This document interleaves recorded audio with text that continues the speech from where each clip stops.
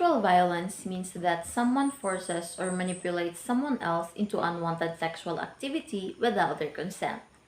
Reasons someone might not consent include fear, age, illness, disability, or influence of alcohol or other drugs. Anyone can experience sexual violence, including children, teens, adults, and elders. Those who sexually abuse can be acquaintances, family members, trusted individuals, or strangers. Sexual violence is widespread and is harm and wrong. Sexual violence affects women, men, and children throughout their lives and can be devastating for individuals, families, and communities. However, help is available. Together, we can change the conditions that contributes to sexual violence. Violence is often associated only with physical violence, neglecting other non-physical forms. Violence is a complex issue and categorizing different types of violence can never be exact. Here are some following types of violence: psychological violence, stalking, physical violence, forced marriage, sexual violence including rape, female genital mutilation, sexual harassment, forced abortion, aiding or abetting an attempt, and unacceptable justification for crimes, including crimes committed in the name of so-called honor. So, using this as a basis, we shall all distinguish five interrelated types of violence. First is physically violence, verbal violence, including hate speech, psychological violence, sexual violence, and socioeconomic violence. So there are also two other categories of violence: domestic violence and sexual or harassment, both of which may be a combination of all five types of violence mentioned. In reality, some or many forms of violence can be present at the same time, particularly in abusive relationships. All forms can occur both in private sphere and public sphere, in families and intimate relationship in private, and in the public sphere, committed by unknown individuals in public space or by organization, institution, and state. Hello everyone, my name is Karen Claire Lanay, and for today I will be also sharing some information regarding of the prevention of sexual violence.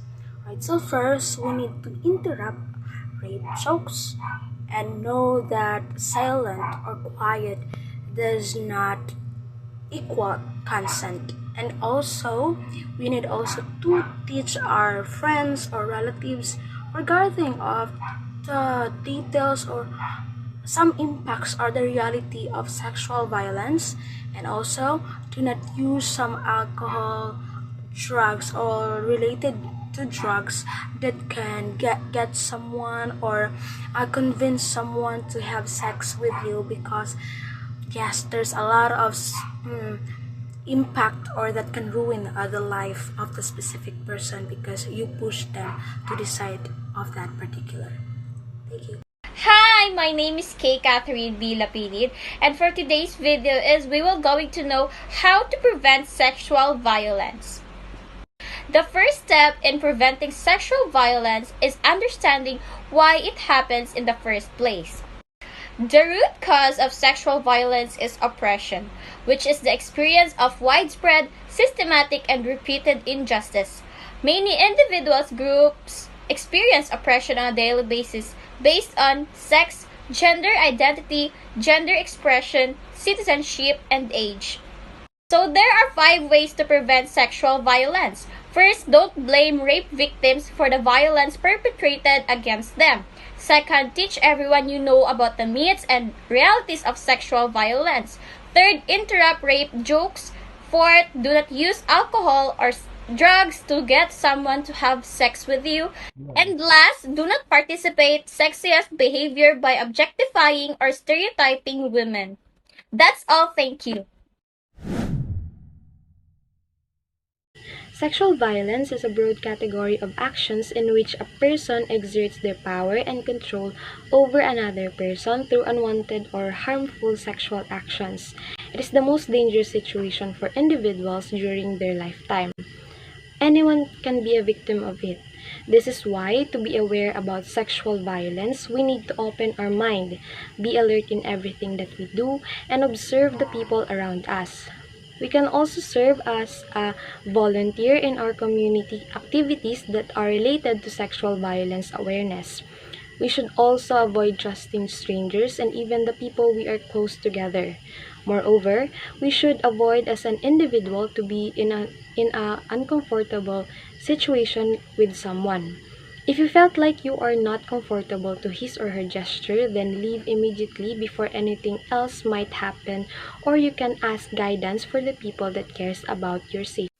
Good morning, everyone. My name is Rumi Lapinit, and I will discuss about the raising awareness of gender-based violence. Awareness raising is the key to spreading the clear message of zero tolerance of all forms of violence against women and girls. It's also key to informing victims of their rights and the support services available to them. Here are some ways you can make a difference safely and impactfully. First, listen to and believe the survivors. Second, teach the next generation and learn from them. Third, call of responses and services fit for purposes. Fourth, learn the sign of abuse and how you can help them. And that's all. Thank you for listening.